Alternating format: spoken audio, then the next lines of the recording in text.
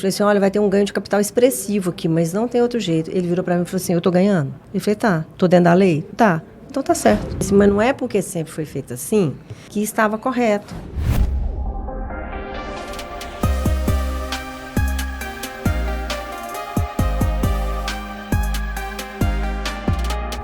Olá, conselheiros, conselheiras! Sejam todos muito bem-vindos a mais um episódio aqui do nosso podcast Os Conselheiros, indo ao ar tanto pelo YouTube como pelo nosso canal também no Spotify, todas as segundas-feiras às 20 horas. É um prazer tê-los aqui conosco. Se é a sua primeira vez no nosso canal, te convido a fazer a sua inscrição, ativar o sininho para que você possa ser notificado então sobre os novos episódios, conteúdos que a Board Academy costuma então compartilhar nas suas redes sociais. No nosso podcast Os Conselheiros, nós sempre trazemos aqui conselheiros, executivos, empresários, celebridades, para falar um pouco da sua trajetória de vida pessoal, profissional e através dessas histórias tirarmos insights, pílulas de sabedoria. Cada um de vocês, assim como eu, aproveita um detalhe, uma frase, um conhecimento, uma experiência vivida pelos nossos entrevistados aqui hoje. Então sejam todos muito bem-vindos, aproveitem esse episódio e considerem também deixar aí o seu comentário de que cidade você está falando e compartilhar esse link com outras pessoas que possam se interessar também por esse tema que nós vamos discutir hoje. No podcast de hoje, no episódio de hoje, nós vamos conversar com uma executiva, ela, Valéria de Campos Oliveira, que é controller, se especializou numa carreira belíssima na área contábil, chegando então a cargos executivos, como controller, ajudando grandes empresas aí nesse processo contábil, financeiro tão importante, tão relevante nas empresas. Além disso, ela também é conselheira, tem ajudado outras empresas através também do aconselhamento empresarial. Então, com vocês, seja muito bem-vinda, Valéria. Muito obrigado por estar aqui conosco hoje. Eu que te agradeço. Estou extremamente honrada de estar aqui com você, né? Muito ansiosa por esse momento, né? Desde o momento que eu conheci a Board, eu fiquei muito ansiosa por esse momento em ter essa conversa com vocês e participar desse momento tão importante. Que bom você estar aqui conosco e fico muito lisonjeado em ouvir essas palavras, porque é isso, né? As pessoas estão lá assistindo a gente hoje.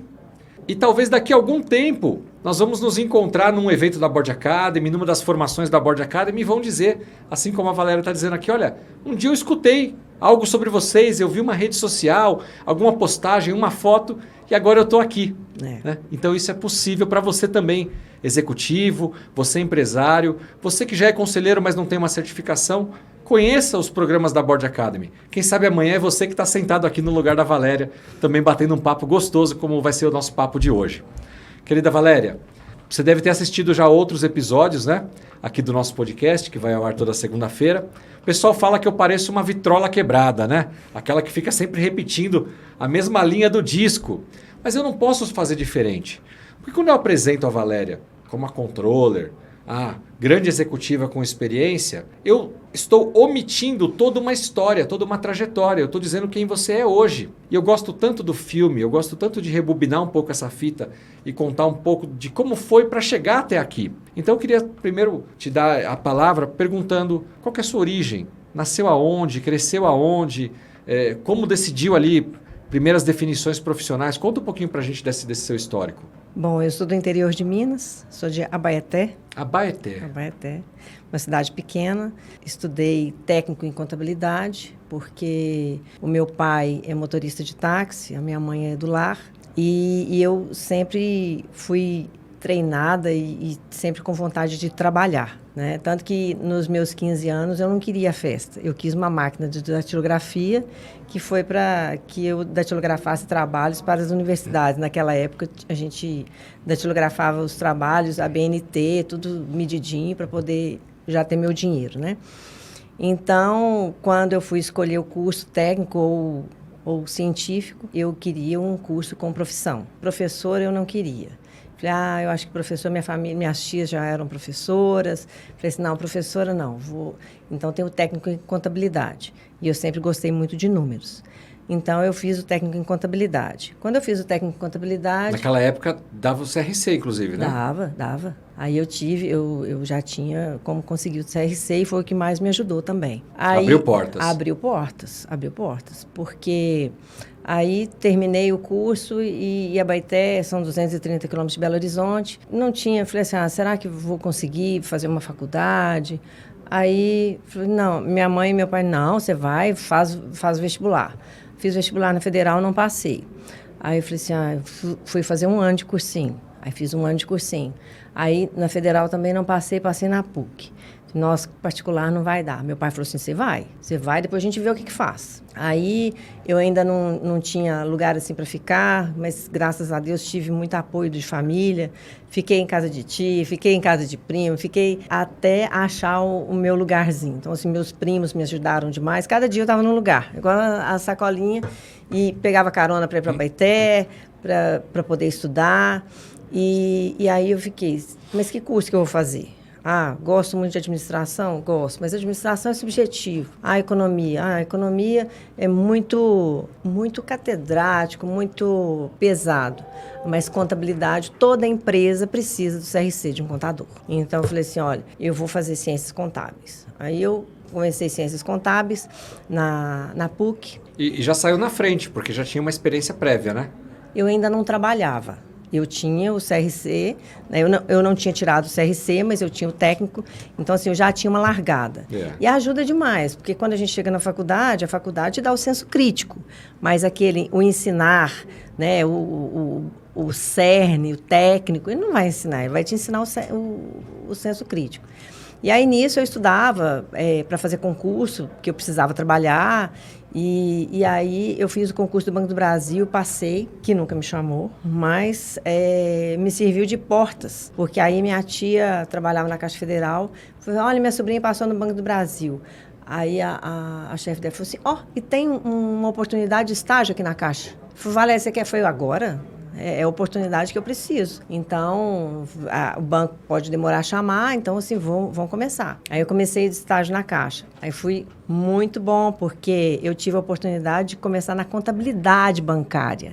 Olha. Então, assim, a contabilidade, o que a gente procura, a gente acha, né? Então, assim, trabalhava fechando a contabilidade da agência. Então, assim, na retaguarda, no último dia do ano, eu estava lá, porque tinha que fazer o fechamento bancário, né? Da contabilidade bancária. Então, assim, a gerente, assim, eu fui extremamente acolhida, sabe? Eu era o mascotinho. Então, assim, eles, porque eram todos funcionários de carreira, então eles sempre me acolheram e me ensinavam tudo, porque como eu tinha vindo de Abaeté, muitas coisas eu não conhecia. Então, eu tive muitas oportunidades com eles. Aí, fiz 2 anos de estágio. Quando eu fiz 2 anos de estágio, procurando trabalho, um professor meu, tem uma oportunidade lá no SEASA. Falei, pronto, vamos para o SEASA. Estou abrindo uma empresa lá e tal.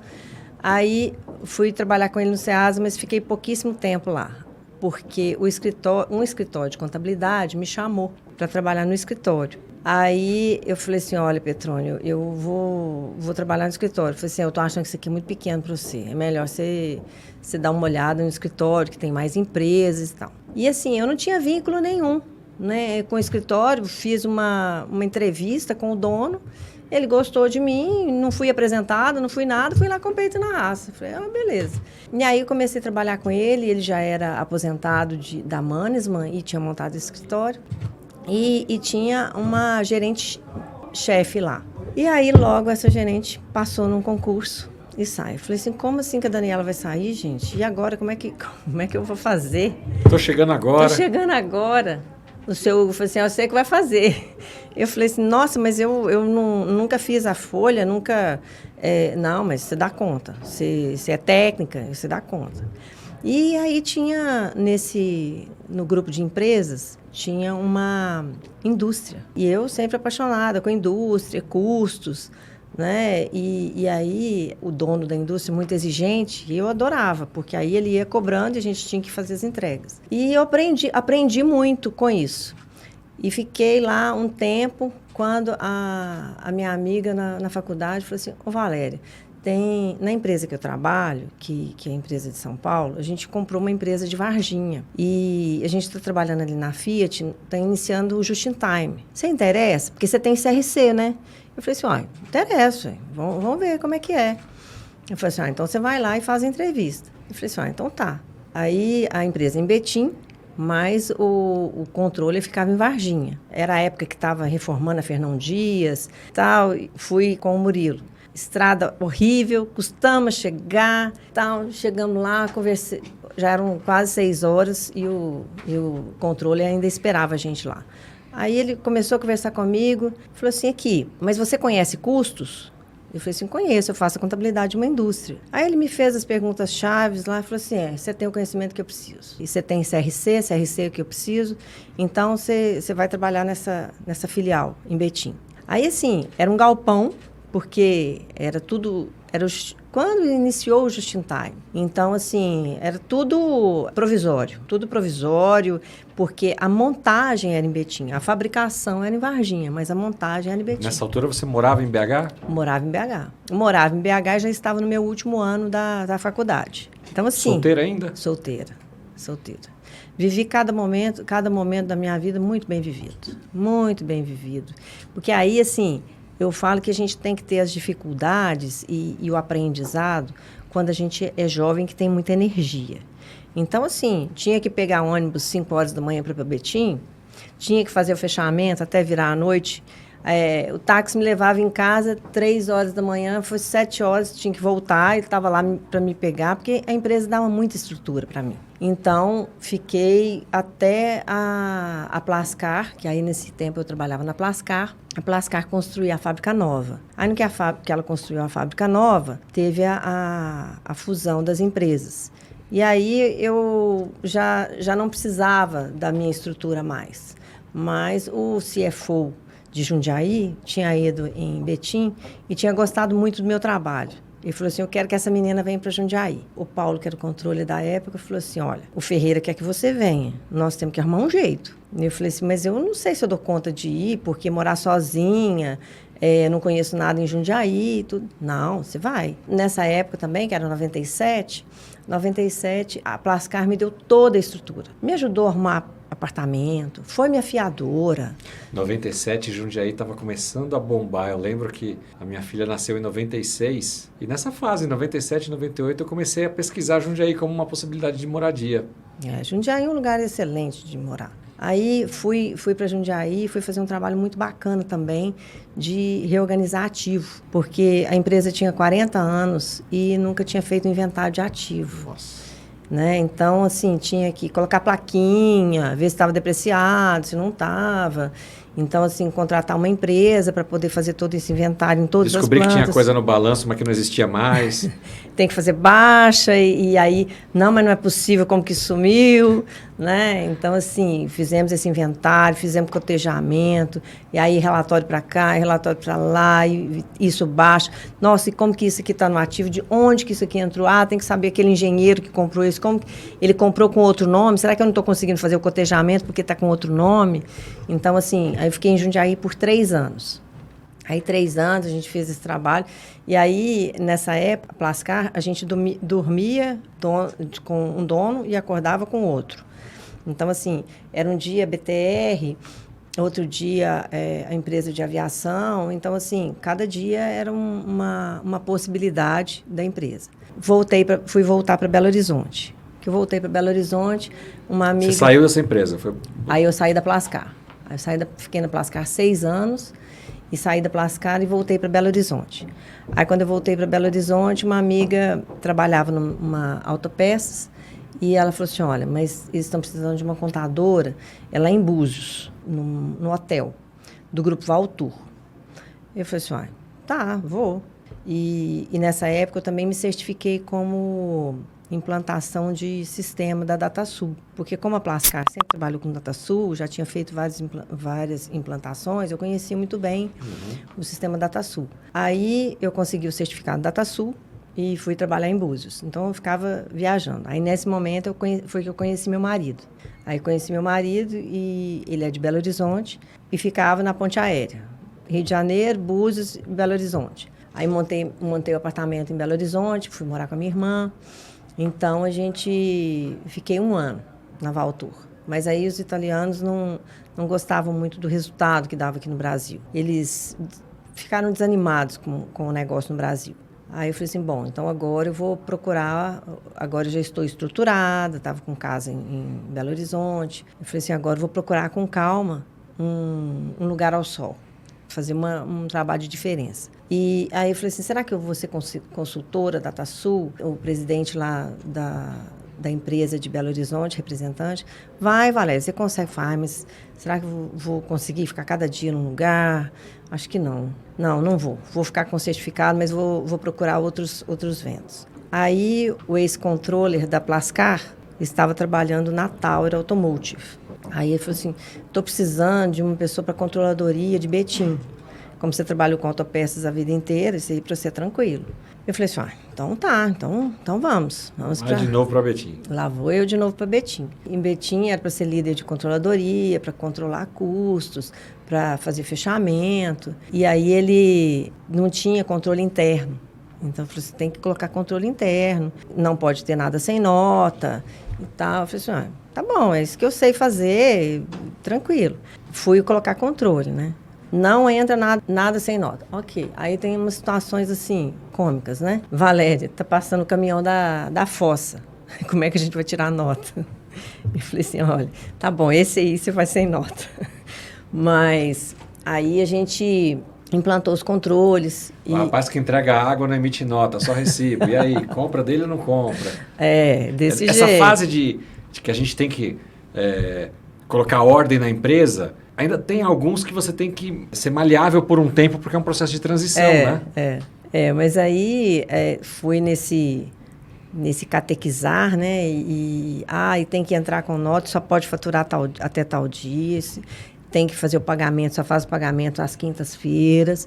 Não sei o quê. Falei, olha, eu estou aqui para colocar a ordem. A minha regra é essa. Aí eu falei assim, mas eu vou ter que falar com o presidente, o gerente da planta. Vou ter que falar com o presidente. Eu falei assim, se não mudar a minha função, ok. Marcou uma reunião com o presidente. Essa menina não deixa passar nada aqui. Ele falou assim, então você faz o que ela está mandando? Eu falei assim, aí o pessoal me deu bastante apoio e a gente conseguiu fazer um trabalho bacana lá.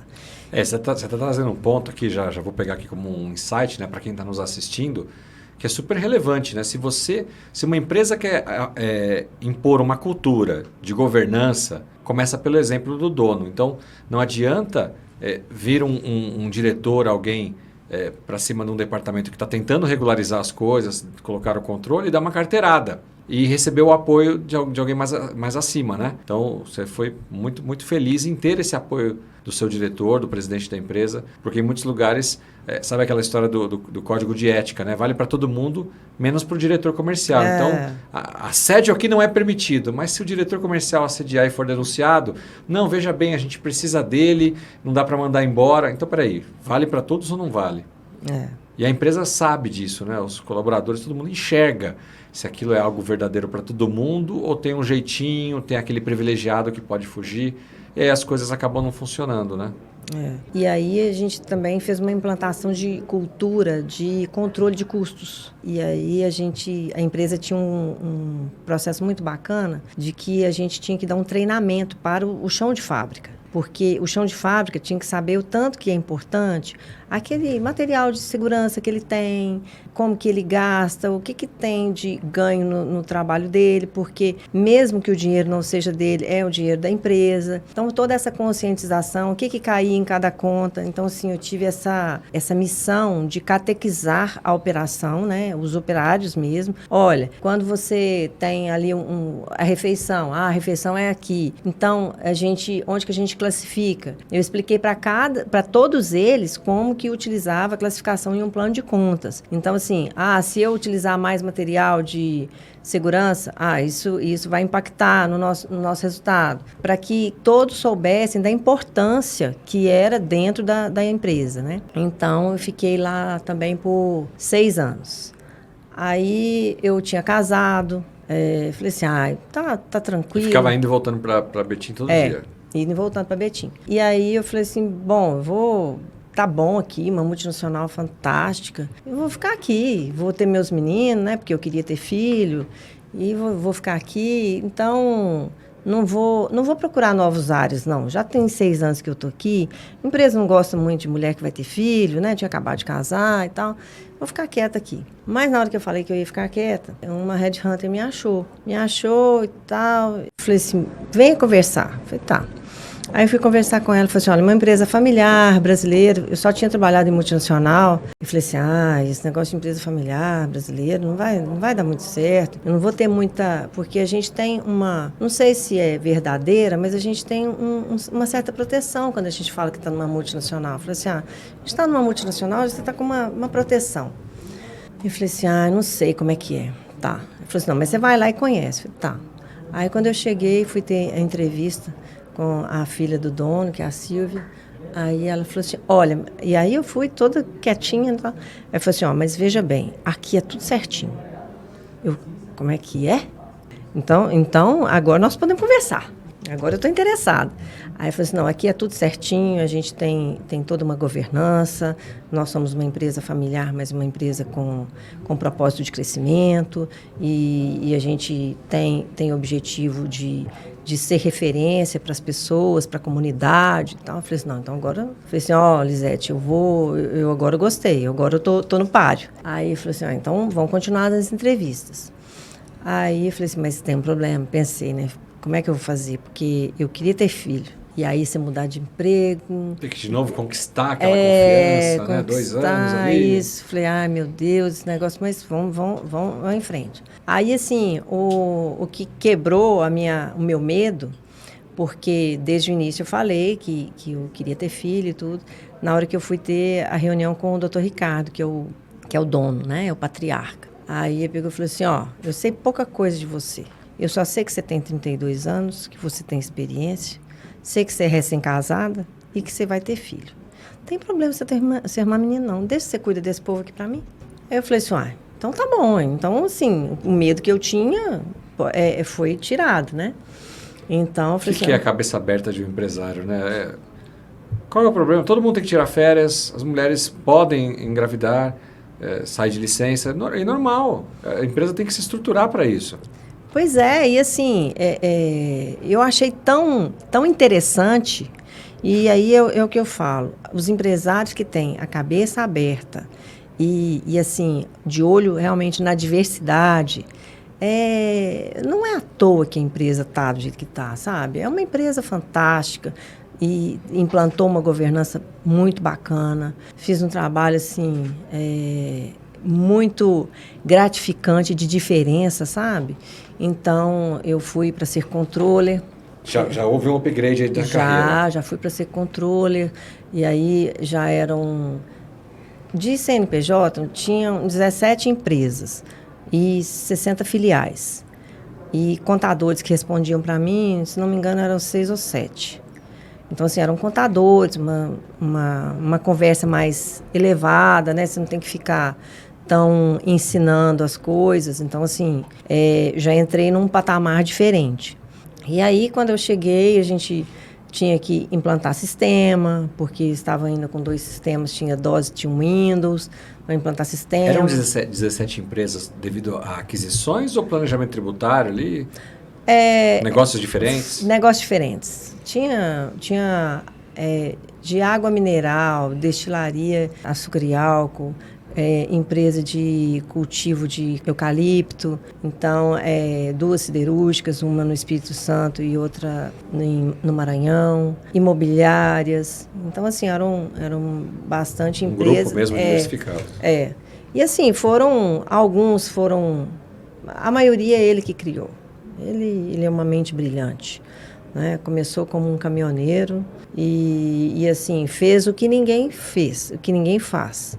Por isso que eu falo que quem faz diferente realmente tem uma coisa diferente, né? É um empresário que foi para o Maranhão, investiu numa siderúrgica lá, que assim, era uma terra sem ninguém.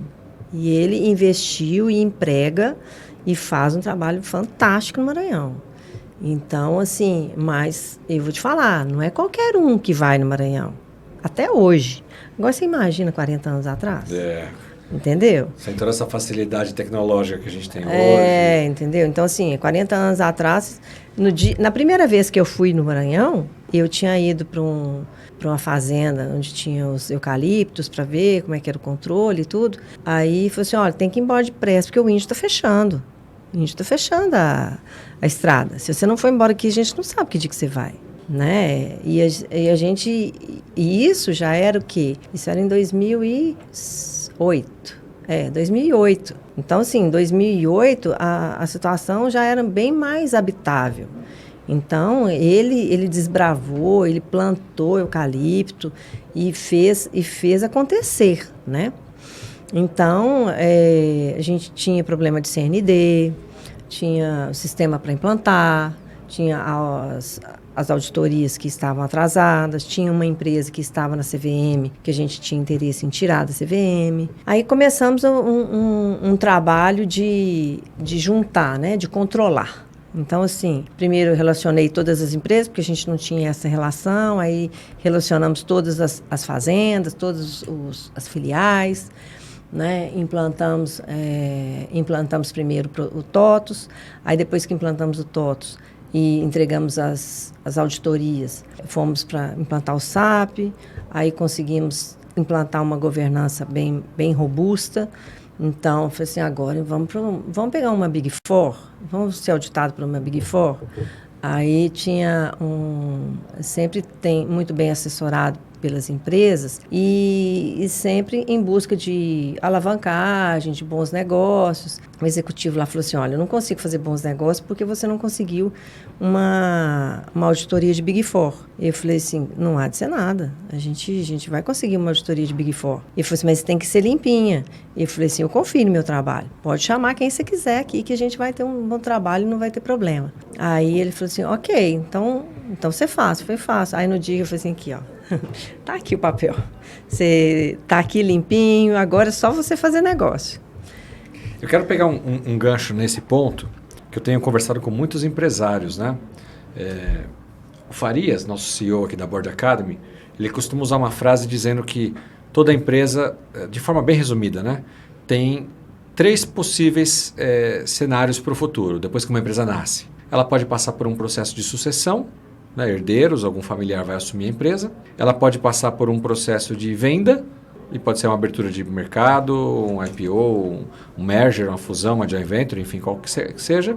Ou ela pode passar pelo processo do fechamento, do encerramento. Obviamente que todo empresário não quer fechar a empresa, mas infelizmente grande parte delas são fechadas, inclusive nos primeiros anos. A gente sabe disso, né? Os índices mostram isso, as empresas, o quanto de empresas fecham nos 2 primeiros anos. De todo modo, aonde eu quero chegar? Seja no processo de sucessão, mas especialmente no processo de venda de uma empresa, ter um bom processo de governança é fundamental. Vai suceder? Quem pode suceder? Pode trazer o cunhado, o genro, o sobrinho, entra por onde? É no estágio, já entra aqui como diretor, protocolo familiar, né? Isso precisa ser pensado enquanto as pessoas estão vivas, com saúde, trabalhando, porque um casal monta a empresa, ou 2 irmãos montam a empresa, mas aquela empresa vai crescendo e começa a ter filho, começa a ter as novas gerações. E essas regras têm que ser muito bem claras. Então o processo de governança ele é importante nesse sentido. Num processo de venda, de possível venda, abertura de mercado, também. E aí o que eu falo para esses empresários? Ter um conselho estabelecido vai ajudar você, seja num processo de sucessão, como também num processo de possível venda da empresa. E não só o conselho, mas junto com o conselho as melhores práticas de governança que vêm. Dentre elas, um balanço auditado. Como é que eu vou vender, negociar uma empresa que eu não posso apresentar um documento carimbado lá por uma auditoria, né, dizendo, olha, ela fatura isso mesmo, o resultado dela é esse mesmo. O que ela tem de ativos e dívidas é isso aqui mesmo, né?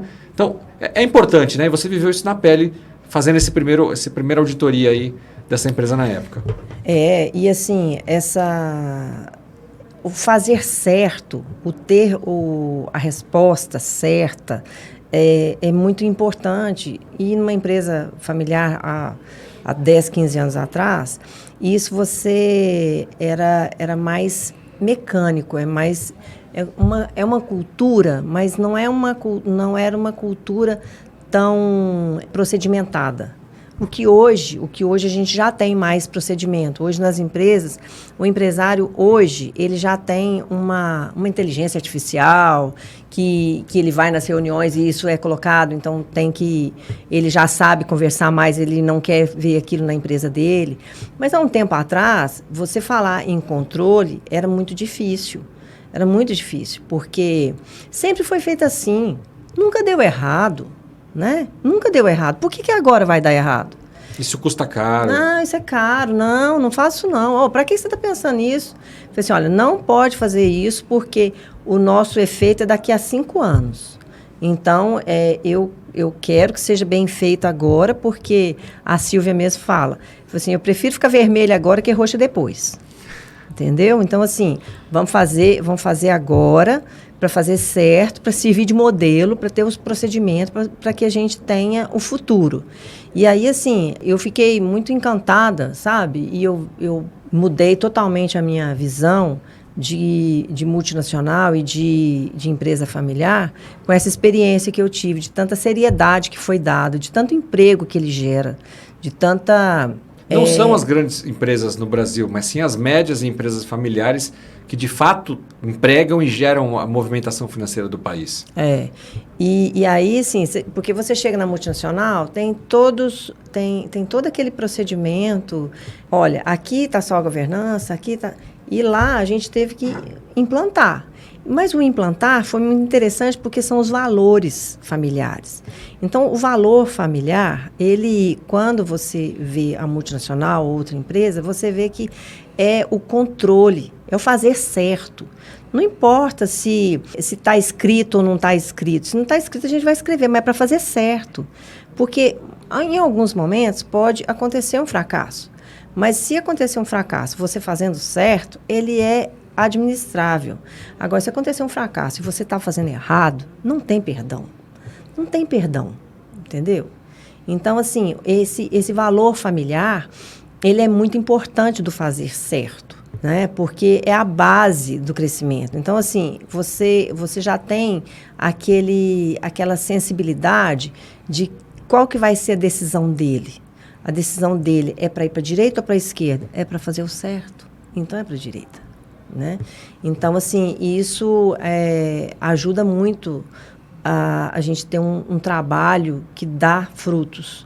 Né? Eu fiquei lá 8 anos e meio, foi excelente para mim. Eu tive meus filhos enquanto eu estava lá. Eu trabalhava a 3 quarteirões de casa. Então, assim, criei os meus filhos, foi realmente um sonho mesmo. E assim, gratificante, porque todo dia... A gente tinha uma entrega, né? Um dia a gente tinha uma entrega de 60 ITRs das fazendas, outro dia a gente tinha entrega de conseguir as CNDs que estavam pendentes, outro dia a gente implantava um sistema que não funcionava. E como eram muitas empresas, cada dia tinha uma novidade, né? Cada dia tinha uma novidade.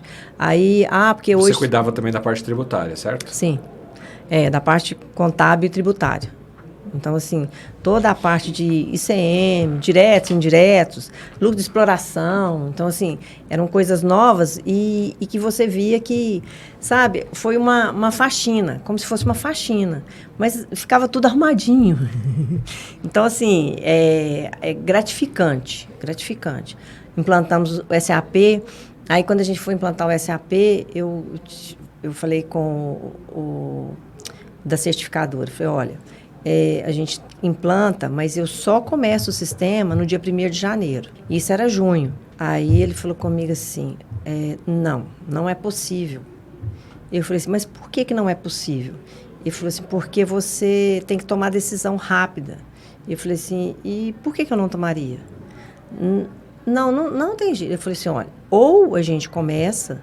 ou a gente não implanta. E aí a gente fez um trabalho que teve a Price como PMO, que hoje eu vejo como é importante a gente ter um PMO, e tem até eu tive uma reunião há um tempo atrás com um ex-executivo da Arcelor, e que eu vi como que eu trabalhei há esse tempo atrás com a Price, como foi tão acertada a decisão. Porque o PMO, ele me ajudou muito na mensuração da velocidade e de não deixar nada para trás. Então, assim, foi uma lição para a vida que eu tive com a Price nessa implantação do SAP.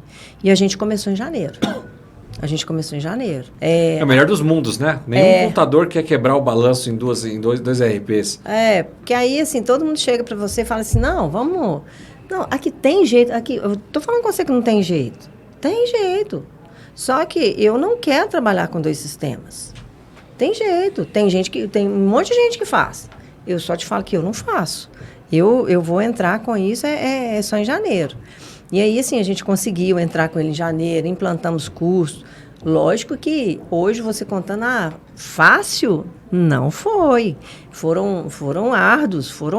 E assim, é desenhar, e é tomar decisão, mas tudo tempestivamente a gente conseguiu. Então, assim, implantamos o SAP com a empresa auditada pela Price, um trabalho assim, muito, muito bom, que hoje eu ainda tenho os meus amigos lá, que assim, aprendi demais com eles, entregamos. E eu tinha um braço direito muito bacana, que muito voltado para a inteligência artificial daquela época, 2015. Então, assim, muito antenado com a tecnologia. Então, eu tinha o meu segundo bem treinado. E aí, eu saí do Grupo Ferroeste. Aí eu falei assim, bom, então agora o que eu vou fazer? Vou para a consultoria de novo? Vou tentar a consultoria? Eu acho que eu ainda não estou preparada para ir para a consultoria.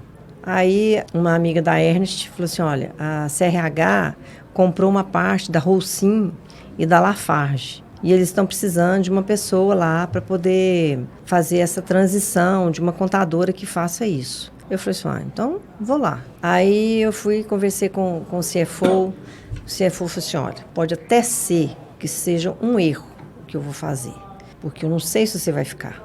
Mas acontece que você tem que apostar e eu também. Eu falei assim, porque o salário na época era muito menor do que eu tinha, mas os benefícios eram compensatórios, né? Aí eu falei, olha, vamos pagar para ver. Eu falei assim, amanhã você pode receber uma proposta e me largar. Eu falei assim, vamos pagar para ver. Aí fui para lá e fiz todo o processo de laudo, aprovação de Receita Federal. Lá a gente teve que tirar do SAP. A gente não acreditava que a gente estava tirando do SAP e colocando o JDE no sistema do Oracle. Aí fizemos isso também. Trocou o SAP pelo JDE. Porque uma das empresas... A matriz exigiu?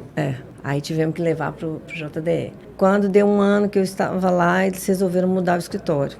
Foram levar o escritório lá para Matosinhos. Aí que for levar o escritório para Matosinhos, eu falei assim, não. Eu não vou. Agora eu não dou conta de ir, não. Aí o Vitor falou assim, Valéria, você ficou doida? Você está numa multinacional, uma empresa boa, você faz um trabalho bacana. Por que você vai sair daqui? Seu marido está desempregado. E eu falei assim, ô Vitor, eu não vou ficar aqui, porque se eu ficar aqui, eu vou fazer um trabalho ruim. Eu vou ficar cansada, vou te entregar um trabalho ruim e ainda não vou dar assistência para os meus filhos, que são pequenos. Então, para fazer mais ou menos, não vou ficar. Pensa direito, faz home office. Ô Vitor, não existe esse trem de home office. Como é que um gerente vai fazer home office? Como é que eu vou ver os meus funcionários? Eu preciso ter contato com eles. Não dá, home office não dá. Não, mas pensa direito. Falei, não tem jeito de pensar. Aí eu saí da CRH.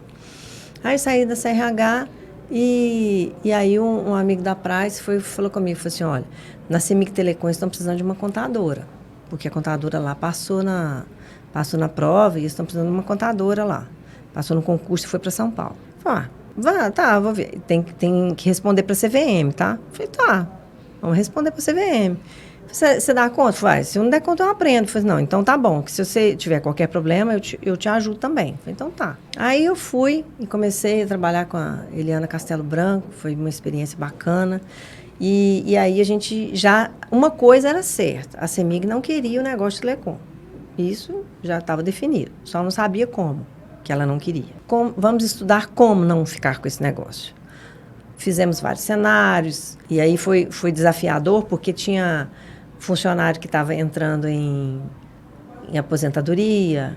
Então, assim, porque como empresa, quando você coloca que o negócio não vai continuar, funcionário falou assim, por que eu vou continuar? Então, quem estava para aposentar, aposentou e tal. Então, assim, era aquela... uma instabilidade, né? Sim. Porque você fica... O que eu vou fazer agora? Porque a empresa vai acabar. E, então, assim, cada dia saía mas desenhamos o processo. No que desenhamos o processo foi participar da incorporação da CEMIG Telecom na CEMIG Energética. Ai, que legal que foi. Porque quem podia imaginar que eu ia participar de um projeto como esse? Né? Que, assim, uma incorporação da CEMIG. Porque, assim, não é qualquer... É uma CEMIG. E a CEMIG Telecom tinha 7 filiais.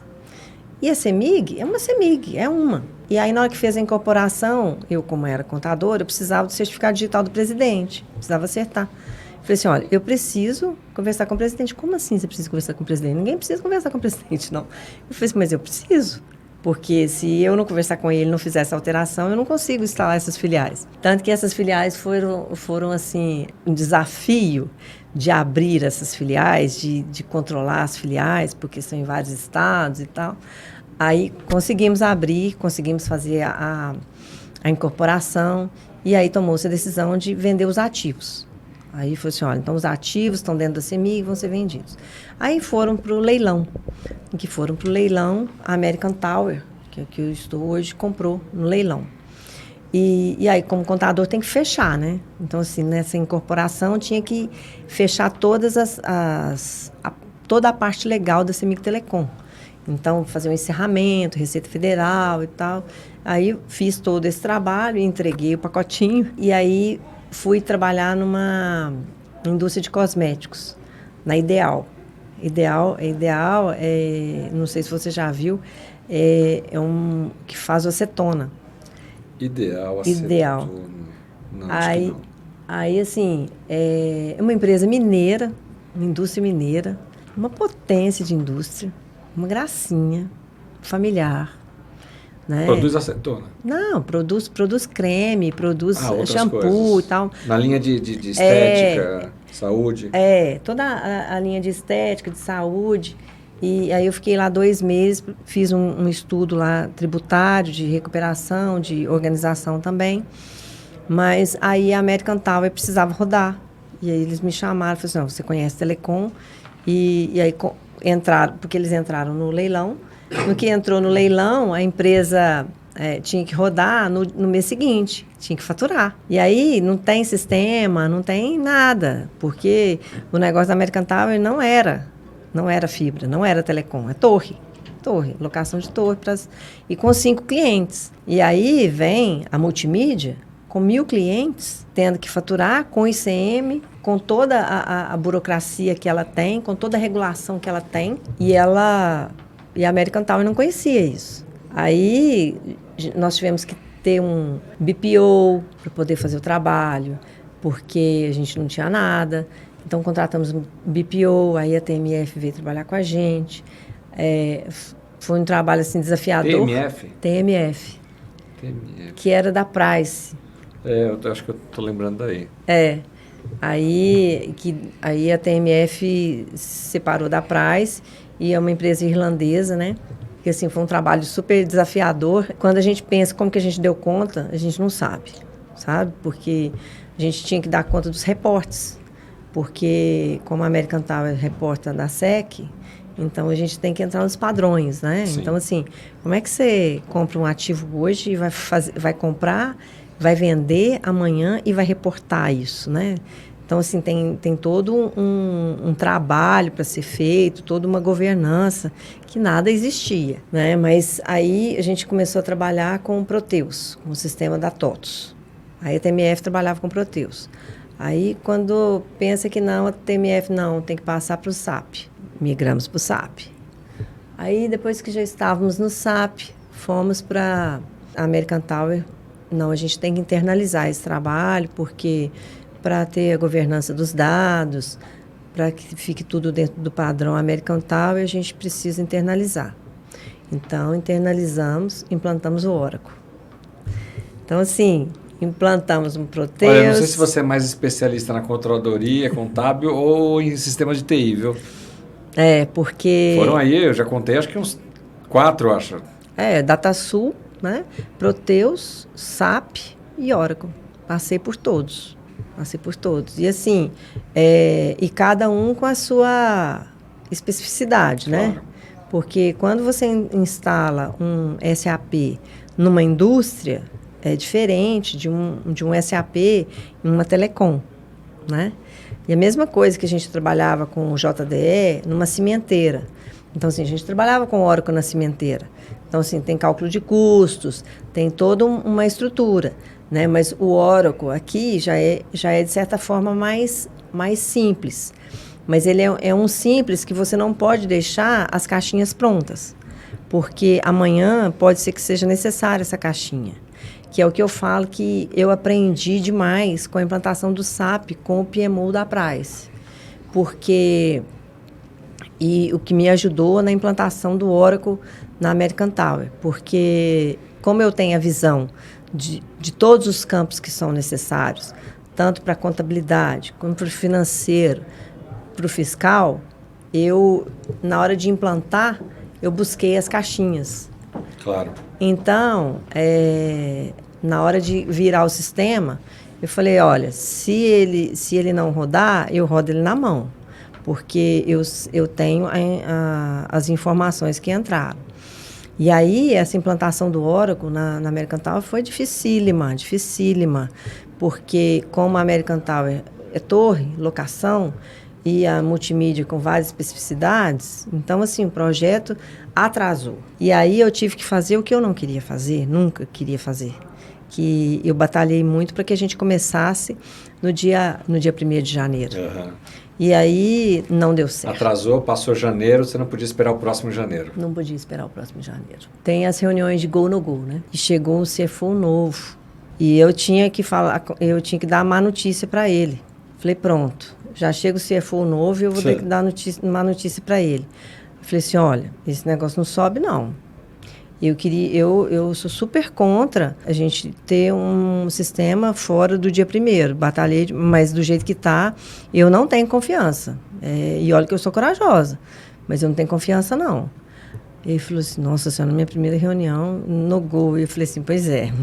E eu para te dar essa má notícia, como é que eu fiquei preparada, né? Ele falou assim, mas você tem certeza que não sobe? Eu falei, não sobe. Se não sobe. Se subir, é problema que a gente não consegue segurar. Ele falou assim, tá, e quando que sobe? Eu falei assim, olha, vai subir em abril. Dia 1º de maio sobe. Aí a gente tem como fazer um cronograma e subir, mas diante dos problemas que tiveram. E aí eu falava com ele, eu falei assim, eu estou falando isso aqui totalmente contra os meus princípios, porque não tem como subir, não tem. Ele falou assim, então vamos, né? Você está falando que não sobe, então não sobe. Eu falei, então tá. Quando foi em março, chegou a nova diretora de controladoria. Aí ela chegou e falou assim, então e agora, o sistema vai? Eu falei assim, agora vai, agora eu tenho coragem. Aí colocamos o sistema no ar e tivemos 2 sistemas, mas como eu já sabia do problema que é de 2 sistemas, mesmo não tendo passado por ele, né, eu já pedi o deparo, já fiz a coisa. Então, assim, na hora que a gente migrou e foi rodar, foi menos traumático. Foi até menos do que eu pensava, porque eu não tinha coragem de subir. Quebrou um paradigma. Quebrou um paradigma, porque assim, eu não estava preparada para ter um sistema entrando no dia 1º de maio. Não estava preparada. Eu falei assim, olha, é muito sacrifício. Aí nós rodamos, deu certo, em 2021 rodamos. Vamos fazendo as arestas, o sistema, porque todo sistema ele entra, mesmo que tenha tido todos os projetos, tudo tem os projetos que tem que terminar durante a implantação dele. Sim. Né? Então, 2021, a gente com o BPO de tax, porque a gente teve um BPO de tax, porque o Oracle não faz a legislação brasileira, né? 2021. 2021, a gente também estava no auge. 2021, no auge da pandemia, né? No auge da pandemia. E aí, o home office não te pegou aí? Te contar, eu não falei com você que eu não ia trabalhar de home office? Pois é, mais uma quebra de paradigma. Gente, você acredita? Aí fui trabalhar de home office. Eu lembro do Vitor até hoje. falei assim, gente do céu, como é que pode esse negócio de home office? A gente não acreditava que era possível, né? Porque não o financeiro ali, o contábil é muito papel. Você fala assim, como é que eu vou fazer isso de casa? Não dá. E a pandemia nos fez reaprender. Foi. Tanto que a implantação do Oracle foi todinha home office. Todinha. Processo de auditoria. Tudo home office. Tudo home office. Tudo home office. Lembra? As auditorias mandavam lá uma equipe, uma semana para o seu escritório. E é tudo papel. Se você não tiver aquele negócio lá no papel. Eu falei assim, gente, como é que vocês fazem isso? Agora não existe isso mais. Agora tem que aceitar, não tem como. Ficou mais barato para todo mundo nesse sentido. Foi. Muitas empresas têm voltado ao modelo presencial, é verdade. Por questão de cultura, sinergia de equipes, especialmente as novas gerações chegando na empresa. Se você não coloca ela no presencial, pelo menos parte do tempo, ela não se conecta com a empresa, né? Isso é importante. Mas muitos trabalhos são possíveis de se fazer em casa, e às vezes com mais produtividade, inclusive, porque não tem interrupção, né? A pessoa trabalha concentrada. Mas eu costumo dizer que o home office ele é bom, mas ele não é para todo mundo. Não é para todo mundo. Mas para mim foi muito bom, porque eu tinha reunião com São Paulo, tinha reunião com o Rio de Janeiro, que era a TMF, e aí, assim, eu ficava andando com o computador procurando sala. Então, na hora que eu fui para o home office, eu achei bom demais. Eu falei assim, pronto, eu estou aqui e eu faço as minhas reuniões com muito mais conforto, né? Então, assim, foi uma quebra de paradigma. Aí, hoje, a gente vai no escritório 2, 3 vezes por semana, e aí eu sempre coloco, nós temos que ir para ter o propósito. Qual que é o propósito da gente ir para o escritório? A gente vai encontrar, porque a gente tem que ir para encontrar as pessoas certas e ter o momento certo. Isso. Porque senão a gente não mantém a cultura, né? Não mantém o controle das coisas. Então, assim, hoje a gente vai, e aí eu organizo as reuniões para serem presenciais, porque eu tiro todas as reuniões que eu tenho fora. Se eu tenho reunião com São Paulo e tal, eu coloco fora, mexo nos dias para que, quando eu estou no escritório, para eu estar com a cabeça no escritório. Porque aí, não, quer ver só uma outra coisa? Você vai para o escritório, aí você tem uma ou outra pessoa no escritório com você e as demais online. Aí faz uma reunião meio lá, meio cá. Não. Ou é todo mundo presencial ou é todo mundo online. Então, assim, e aí tem funcionado muito bem. Tem funcionado muito bem. Então, a gente agora está com o Oracle implantado, e aí eu fiz os meus 50, comemorei meus 50 na Disney. Eu falei assim, eu tenho uma maturidade e tenho um sonho, né? E o meu sonho, primeiro eu tive o sonho de assinar balanço. Aí eu assinei 17, né? Assinei no Maranhão, assinei no Espírito Santo, assinei em Minas Gerais, né? A primeira vez que eu assinei balanço, eu peguei o balanço. Sabe o que é? Se abraçar? Assim, eu abracei. Orgulho. Falei assim, poxa vida, eu consegui. O que eu tanto queria, que era assinar balanço, eu consegui, né? E aí hoje eu tenho meu sonho de ajudar empresas em conselho, né? Aí que surge a história do conselho. Aí que surge a história do conselho.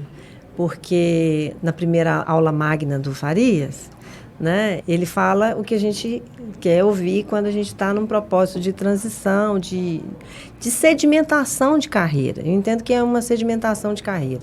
Aí eu falei assim, olha, eu sempre quis ser conselheira.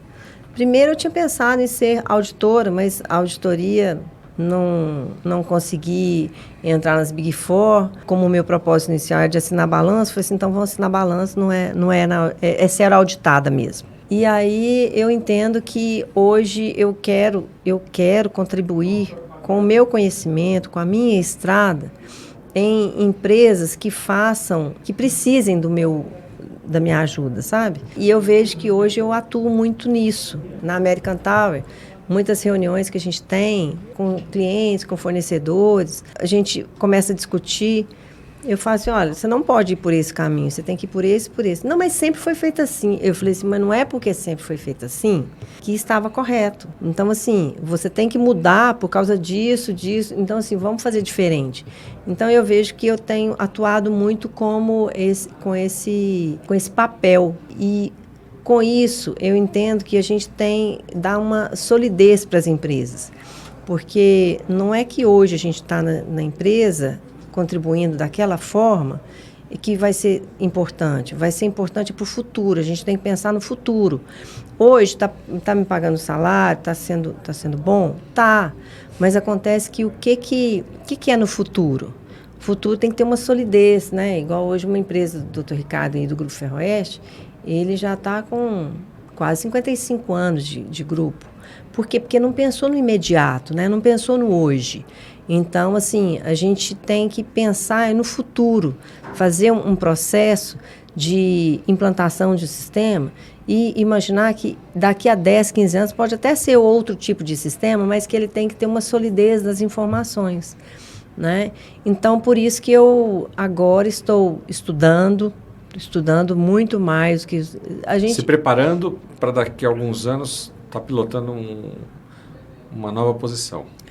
Então, assim... É muito propício isso que você está trazendo para a gente aqui no podcast, porque certamente tem muitas pessoas que estão nos assistindo e estão ouvindo falar sobre carreira de conselheiro, mentor, consultor, coach e por aí afora.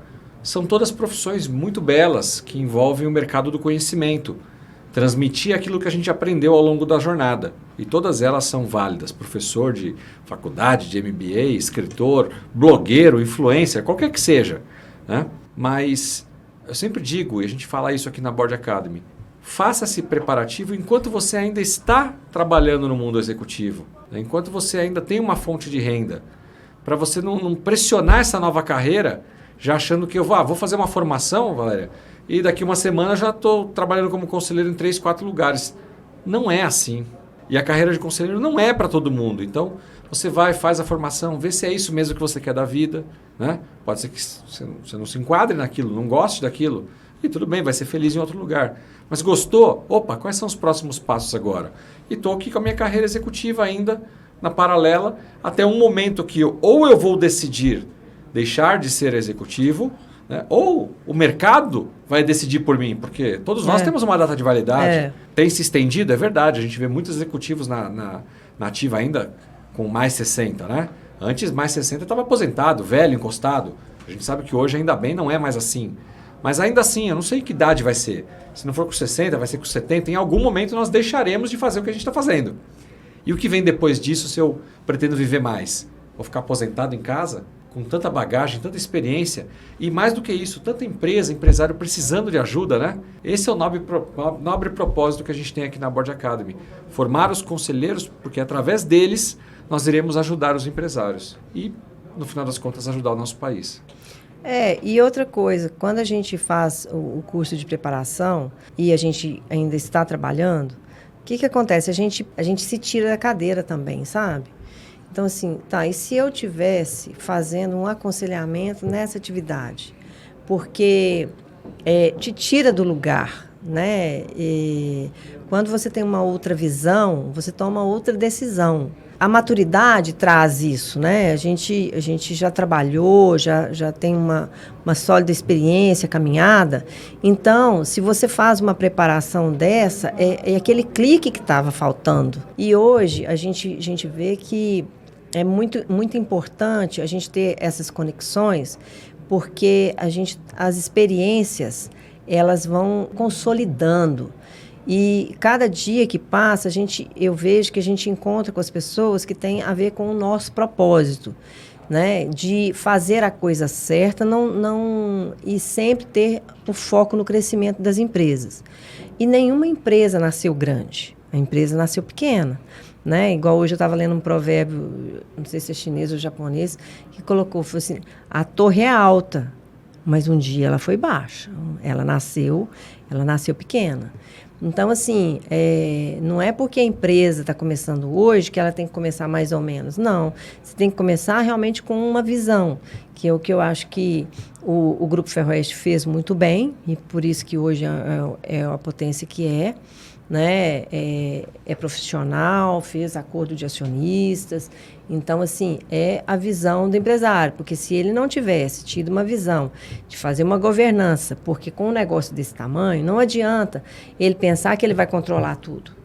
Não adianta, sabe? Então, assim, você tem lá os controles internos e toda uma governança, mas se aparece uma pessoa que faz as coisas erradas, você pega de um jeito que não é o convencional quando você tem uma estrutura de auditoria, né? Que ele se preparou e fez para isso. Então, eu acredito muito que hoje os empresários têm que confiar em buscar pessoas que tenham um conhecimento, que possam efetivamente ajudá-lo e não ficar com a cabeça fechada, sabe? Porque se tem bons profissionais para assessorar, para implantar um sistema, para implantar um controle, e aqui tem que acreditar no contador. Tem que acreditar no contador. O contador, ele sabe das coisas. Ele sabe, a gente sabe organizar, a gente sabe o que tem que fazer. Mas acontece que tem muitos empresários que é só burocracia. O contador só serve para gerar guia. Não, gente, a coisa mudou. A gente tem uma cabeça de ajudar as empresas, sabe? E assim, não é só gerar guia. Em muitos momentos, se você tem um contador e você é amigo daquele contador, em muitos momentos você pode deixar de gerar guia, né? Porque você entende a situação da empresa. Porque a pior coisa não é pagar muito imposto, é pagar errado, sabe? Porque em alguns momentos, se você não tiver uma sinergia com o contador, com esse pavor, porque o pessoal tem pavor de pagar imposto, pavor, mas não é isso. Uma coisa que o Dr. Ricardo falou comigo, assim, porque a gente sempre olha se vai ter uma venda, se vai ter ganho, se não vai ter. Então, assim, eu falei assim, olha, vai ter um ganho de capital expressivo aqui, mas não tem outro jeito. Ele virou para mim e falou assim, eu tô ganhando? Eu falei, tá. Tô dentro da lei? Tá. Então tá certo. Entendeu? Então, assim, eu acho que tem que ser essa visão que o empresário tem que ter, porque não adianta a gente lutar em um país que a gente tem uma carga tributária alta, que a gente não vai remar contra a maré. Sabe? O que foi feito há tempos atrás, não dá para fazer hoje. Hoje é tudo eletrônico. Hoje o governo tem uma tabela dinâmica dentro da Receita Federal. Ele sabe muito mais da vida do empresário do que o próprio empresário. Então, assim, se ele não tiver uma inteligência atrás disso, para tratar os dados, para dar informação, não dá para ser um jeitinho. Não existe jeitinho brasileiro mais. Porque hoje o jeitinho brasileiro, a gente fazendo certo, ainda tem risco de dar errado. Né? Então, assim, o que eu acredito muito é que o empresário tem que ter essa parceria com o contador. Não tem que ter essa versão, não. O contador não serve só para gerar guia, não. Quanto mais perto você ficar do contador, mais retorno você vai ter na sua empresa. Agora, fica aqui uma recomendação também, né? E a gente já passou de 1 hora da nossa conversa, que está muito boa aqui. O contador e os profissionais que estão nos assistindo aqui, que porventura são do ramo da contabilidade, né? Da área fiscal, tributária, eles também tem que buscar ser cada vez mais business partner, né? Mais estratégico, mais próximo do negócio. Porque muitos também se colocaram nessa situação do burocrático, do departamento que só vê o passado, registra ou emite guia. E aí ficou esse emblema, né? Essa marca de que a contabilidade era para isso. O que não é verdade, assim como recursos humanos e outros departamentos que são tão importantes dentro de uma companhia. Quando a gente olha para o conselho, essa pluralidade ela também é válida, né? Dentro do conselho é importante você ter alguém da área de finanças, que conheça de contabilidade, da área fiscal, da área de custos. É importante que você tenha alguém de RH que conheça da parte de cultura organizacional, comunicação. É importante que você tenha alguém que, de repente, se você tem uma indústria, conheça de chão de fábrica, processos produtivos, como reduzir custo, né? Desperdícios. Então, o conselho, ele também é formado por o conselho ideal é formado por essa pluralidade de conhecimentos que numa empresa tem que ter. O empresário ele tem que contar com um contador, ele tem que contar com um RH, ele tem que contar com uma área de segurança do trabalho, industrial, né? Porque aquilo que você falou agora há pouco, sozinho eu não vou conseguir. Não. Então, eu preciso ter gente boa em todos esses locais e a gente olhar para aquela empresa como uma única empresa e não departamentos e atuar junto para o melhor bem dela, né? Porque quando um contador chega numa empresa para organizar, tudo que você pergunta para ele é não. Tudo que você pergunta para ele é não. Ah, pode isso? Não. Por quê? Porque estava fazendo do jeito que não era recomendado. Né? Tanto que assim, uma vez um colega falou assim, aqui, você não sabe falar assim, não? Eu, não sei falar assim. Né? Então, assim, é um momento... Me diga não, mas me diga o que eu posso então fazer. Exatamente. Então, assim, o que a gente tem que ter é essa abertura. Você chega e fala assim, não dá para esse caminho, mas se você for por outro caminho, às vezes é um que você não tinha pensado e que pode ser muito melhor, entendeu? Então, assim, a gente tem que ter essa abertura. Por isso que em muitos momentos é interessante ter a diversidade, porque essa diversidade quebra as barreiras e quebra os paradigmas. Porque em muitas coisas que a gente pensa que só faz desse jeito, a gente pode mudar, né? Então, assim, várias coisas que a gente sempre fez, a gente muda e fala assim, nossa, e hoje ficou melhor. E tanto na vida quanto na empresa é a mesma coisa, porque a empresa, por mais que mude de nome, mude de negócio, mude de tudo, ela tem uma espinha dorsal. Essa espinha dorsal, ela pode ter outro nome, mas para que tenha retorno, para que tenha frutos, ela tem a base. A base é do certo, a base é do respeito, né? Então, assim, isso que é importante para que tenha a sequência das empresas. Muito bom. Valéria, o papo está ótimo, excelente. 1h10 de conversa. A gente ficaria aqui mais 1 hora, com certeza, falando desse tema. Eu não sei se você sabe, mas eu também não sou contador, mas sou financeiro, né? Fiz toda a minha carreira na área financeira e até chegar ao cargo de CFO, obviamente, contabilidade, tributário, controladoria passaram a fazer parte aí do meu escopo e eu sei o quão relevante é esse tema nas empresas, né? E também para você que está nos assistindo e deseja ser um conselheiro, já é um conselheiro, mas não conhece o mínimo de contabilidade, da área tributária, da área de controladoria, corre atrás do prejuízo, porque é importante. Na reunião de conselho, você vai estar ali analisando números da empresa. Você vai precisar entender por que de repente um custo está ali quando poderia ser baixado, como é que a gente faz para melhorar a receita da empresa, melhorar o EBITDA da empresa, como se faz um valuation da empresa, como se analisa um projeto, o retorno de um projeto. São temas financeiros que o conselheiro ele vai se deparar muitas vezes. Então, assim, não adianta só o certificado de conselheiro se você não conhecer um pouco de inteligência artificial, não saber nada sobre ESG, tantos temas. Então, a gente costuma dizer, Valéria, aqui na Board Academy, que o conselheiro ele precisa ampliar o seu repertório, colocar mais ferramentas na sua caixa de ferramentas ou no bate-cinto lá do Batman, né? Então, mais apetrechos ali para que a gente possa ser um profissional completo como conselheiro, assim como a gente foi ou é na área executiva. Quero te agradecer muito pela sua presença aqui conosco, essa aula que você nos deu e últimas palavras aí para o nosso público. Bom, eu agradeço muito a oportunidade de estar com vocês aqui. Para mim é um sonho estar aqui hoje conversando com você, né? Eu acredito muito no sucesso das empresas nesse país. Eu gostaria muito que o empresário tivesse o contador como parceiro, para que a gente não precisa ser só o contador, vamos contar com a diversidade, mas faça como o Schindler, que tem daquele filme da lista de Schindler. Carrega o contador ali, ele pode te orientar diariamente. E você, ao invés de ficar fazendo guia, de ficar preocupado em fazer guia, você vai ter muitas economias. Porque em muitos momentos, quando as empresas falam assim, não, vamos ficar no lucro presumido, ficar no lucro presumido tem menos trabalho e muitas vezes você pode pagar mais imposto por isso. Né? Agora a gente tem essa reforma tributária vindo por aí, vamos abrir as nossas visões, porque tudo que foi feito antes não poderá ser feito depois. Muito bom, excelente. Muito obrigado. E a você que nos assistiu, obrigado pela sua audiência, pela sua paciência também. Se quiser deixar um comentário aqui para a gente vai ficar muito feliz também. E se é a sua primeira vez no nosso canal, não esqueça de ativar aí o sininho e fazer a sua inscrição para próximos conteúdos aqui do nosso podcast Os Conselheiros.